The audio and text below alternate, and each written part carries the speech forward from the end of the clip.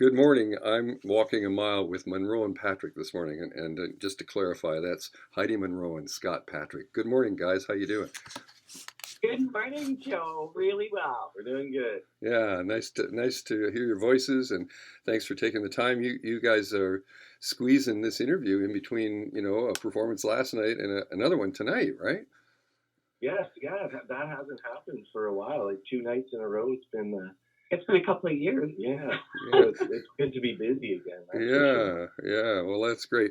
Well, listen, I know that Heidi, I know you've done a lot of work as a rhythm and blues vocalist. I know Yeah. some of the things that I'm aware of. You've worked with the Real Groovy Band, which is very cool. The Passion of Amy Winehouse. You worked with Jack Semple, and I'm sure lots of others. And Scott, I know that most of your musical work that I'm aware of, at least, was with the band Wyatt, right? Yeah. Yeah. Yeah, and so you both have had success as solo artists musically, but I wonder if maybe you could talk about how it is that the two of you came together. Maybe I'll start off, Heidi. Why don't you start with how your story about how you guys came together musically as a musical partner? Okay. Well, if I remember correctly, you can correct me if I'm wrong here. Oh, I will. But we we were hired for the same project by a mutual friend in the industry, and I knew of Scott as a player and a songwriter, and how Wyatt was doing. We actually ended up on the same kind of outdoor festival stage many years ago in Prince Albert. Only we didn't really know each other then. And so we started this side project together, and we had a couple of jobs that I was contracted for that he was on as well, and I had a gig at Waskasoo, and I needed a guitar player, and I called him and I asked him if he wanted the job, and I threw a lot of songs at him. For half the amount of money that I thought at the time. But I still said yes. So. It all worked out well. It worked out great. Yeah, and it just kind of evolved from that. Yeah, Scott, is that so? You guys can compare notes. Is that how your memory recalls? We would run into each other at different events, like music events and stuff, and chat and just kind of. Then wouldn't see each other for a long time, and then that cover band opportunity came up, and we were working together on that, and then the kind of duo thing kind of started with the Waskasoo thing, where I was just playing guitar for I think it was like 80 songs I had to learn. Oh, wasn't dumb. I could get the notebook out. I probably filled the notebook. I think how versatile you are now. She's You like, can play anything. Oh yeah, it really made me grow as a person. Oh, well, how often can you say that? So when was it then that you started to work together as a musical partnership? How long ago? 2018. Yeah, that was in 2018. But then, but we didn't really start the duo thing probably until maybe April-ish of 2019, I think. Yeah, and then we started writing, I think, that summer. Yeah, we did. So we did, because we would just play, we were doing cover songs and a few of her songs, and then we thought, well, wait, we should, this is working well, we should try writing. So it was a little nerve-wracking at first. Oh, for sure. We had a good thing going, and it's like, what if we write terrible songs? Yeah. Well, I'm gonna ask you about your writing in a couple of minutes. I just want to try to clarify. So, is Wyatt still active, Scott? No, we haven't been active for, it's been probably almost 10 years now. One of the guys lives out in BC now. And we just kind of came to the end of that band, and everyone, wanted to kind of move on with life. And you guys had some success though. Yeah, pardon me? You had some success, like you won a number of SCMA awards, right? Yeah. Oh yeah. We did well. We just couldn't quite, get over that kind of Canadian thing. Yeah, the kind of hump in the industry to propel us any further, and be busier and that kind of thing. everyone had families and Right. just different plans, and Sure. yeah, just that.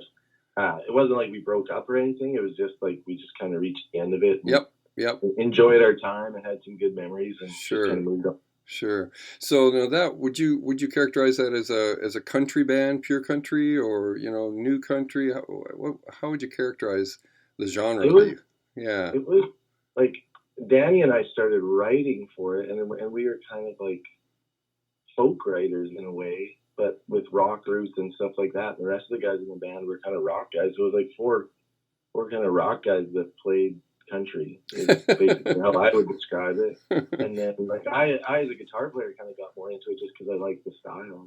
That's kind of interesting. Well, yeah.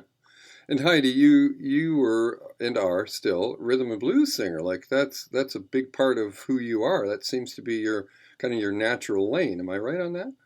Yeah. I've been singing and performing for a long time.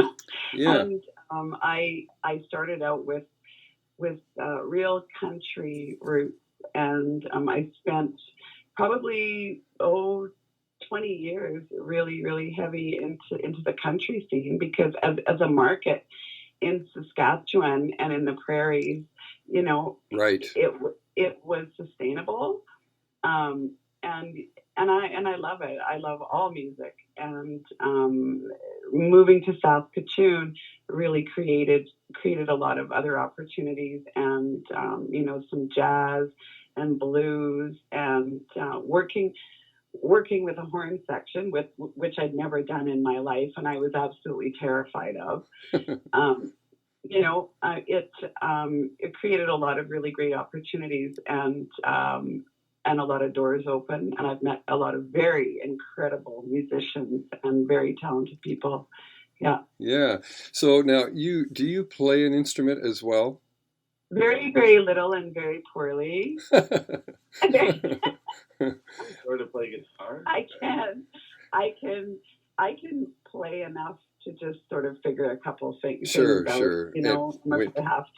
And when you're writing, of course, and you piano, It's always interesting to me how vocalists can work with complex bands, right? And and again, having watched a number of YouTube videos, there's a big energy that you create on stage with that band. Oh, yeah. Yeah, when I did the symphony gig at the jazz festival, I guess or the SJO gig, that was really tough for me. It was a real growing moment because I'm not a reader. Yep. And those are extremely intricate arrangements, and Scott really helped me with that, and I can't thank him enough. But I've learned a bit, which really, really helped. Sure, really sure. Helped, yeah. So how old were you when you sang your first sort of professional gig, Heidi? My first paying gig, I was 14. I was 14 years old. Yeah. I sort of thought that. Yeah, I kind of figured that. yeah, and it was in Mooseman, Saskatchewan. Yeah. With an old time country band. Yeah. Called the Rhythm something or other. I can't remember what it was. So great, eh? And I think I sang a lot of Tanya Tucker.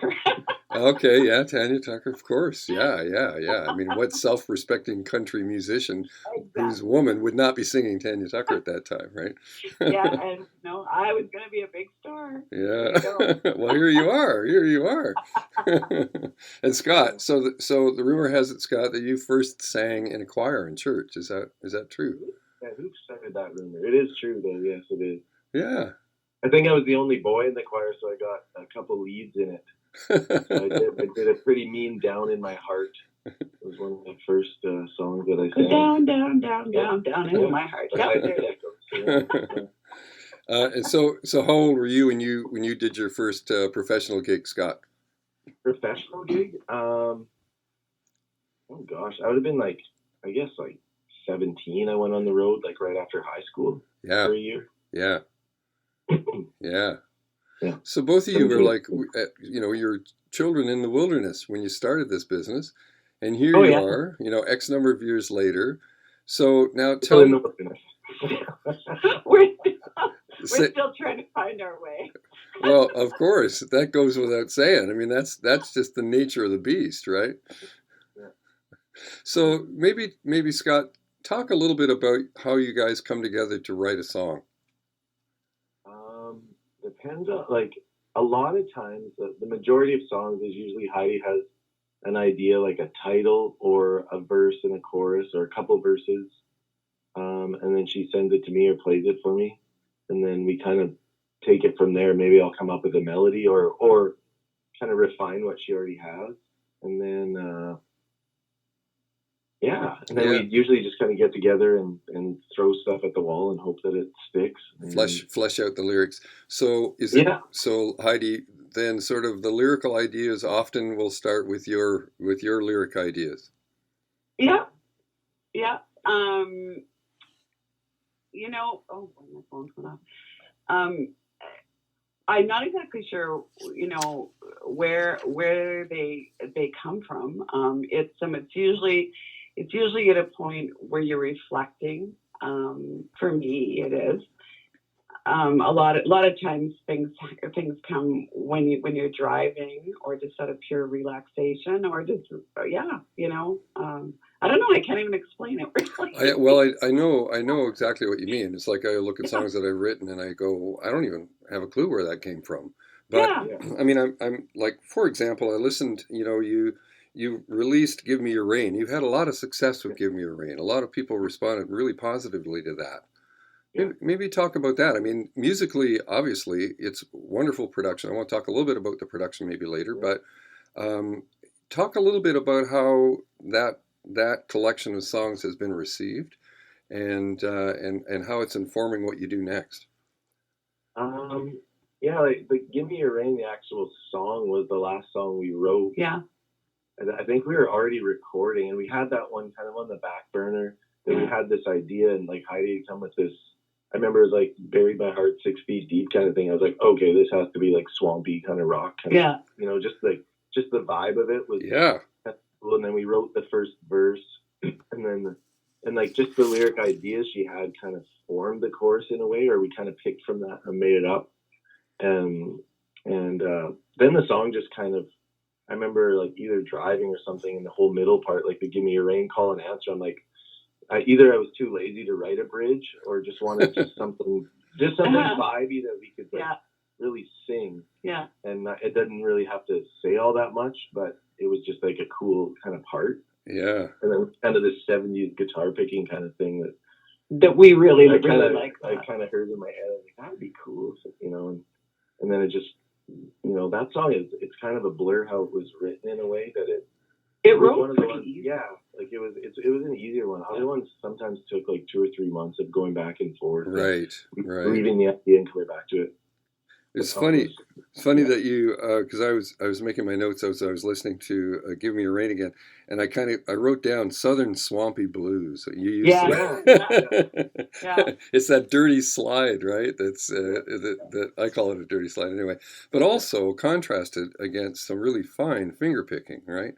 So yeah, there's a nice, and so that led me to think about the way that your vocals contrast with each other, and it seems to yeah, be kind of an approach or a thematic approach to your arrangements. Is that it's Heidi takes a verse, Scott takes a verse, you come together for a harmony, and then you split mhm. away again, right? So, yeah. am I right on that? Is that an approach, or do Yeah, they just kind of I mean, unfold that way? Heidi, I tell think, me how that feels when you're working those vocals. I think we both have really different textures to our voices, and it just really complements each other, and we've really learned how to read each other well too, I think. Yep. And just taking the different sounds from different parts of your vocal, yeah, like we really like to do the duet approach for Yep. sure. Yep. Yeah, yeah, because I think it helps with the story, like the it does help. storytelling of it. You get kind of a female perspective, male perspective, so it's kind of, in some ways, it makes it easier to write in a way. Yep. And it can make it interesting when you have, when you flip a verse, it's like, oh, this is kind of like the guy's perspective or the girl's perspective on the situation. And maybe like we try not to do it all the time. Like Give Me a Rain, we didn't really do that with, like, Heidi does the lead vocal for the most part in that one, and it's just kind of harmony and stuff. But. Yep. I really loved Give Up or Give In as well. I really was attracted to that song. That first time I heard it, I thought that was a great song. Yeah, that song came to me when I was walking across the Broadway Bridge. I was walking home from the jazz festival, and I was just kind of at a point of where you find yourself on those bridges with relationships, and whether it's your family or your love or whatever. Yeah. And do you totally give up on the situation and leave it be, or do you give in and try and compromise and really try and make things work and look at what's really important? Yeah. Nice. And that's sort of where that song came from. And like Scott just did wonderful things with it. We were really, really happy with that song when we finished it. Yeah. It speaks a lot to your vocal strengths. Like Heidi, you have this sort of a classic, strong rhythm and blues vocal, right? And powerhouse when you need it to be, but also gentle when you want it to be. And Scott, you have this vulnerable male vocal, right? Yeah, going on, right? It's a very cool contrast. So who do you listen to that kind of informs your work as a duo, or do you? I mean, I was trying to think about who it might be, but the only people I came up with were Civil Wars. I don't know if you know their work or not, but I'm familiar. Like I've learned. I think I've learned a few of their songs. Yeah. But not like they wouldn't be like, oh yeah, we totally. No, it's not. Steal all our tricks from them. No, for sure. A lot, like for me, it's like like someone like Chris Stapleton, that kind of vocal or that kind of swampy, raspy kind of stuff. Johnny Reed's always been kind of an influence in a way, like just vocally, or somebody that I, that I would compare myself to, I guess, in a way. Yeah. Well, we were actually talking about that the other day, and we tend to kind of lean towards a Chris Stapleton and Emmylou Harris kind of thing, or it's either a Joe Cocker, Beth Hart. Oh yeah. That's a good combo. They would be great together, wouldn't they? Like her songs that we hear, like Grace Potter, like Heidi. I love Grace Potter, and I love the music too. So even now on newer stuff that we're starting to write now, it's like you just.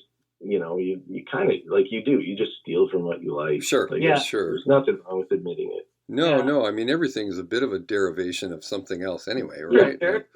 Yeah, I think everybody kind of accepts that. So you're busy traveling, you're writing. So talk a little bit about the recording process. Do you just go into a room and record and get it done in like 3 to 5 days and then go back on the road, or do you sprinkle it out over, okay, let's go into the studio, we have a few hours today, let's go in there and finish this one. How does that happen for you guys? For the EP, like for the album, it was a little different because there was no touring at the time. So it was basically therapy, and we thought we would take it as a month or two of like, even though we can't really play because of regulations, we could come up with a product and actually have time to record, so it was kind of nice to have focus on it. Yeah. So a lot of times, like we recorded it with our friend Grant Sotnico just at his place. Like he's got a nice little home studio there. And who is that again? Scott, say the name again.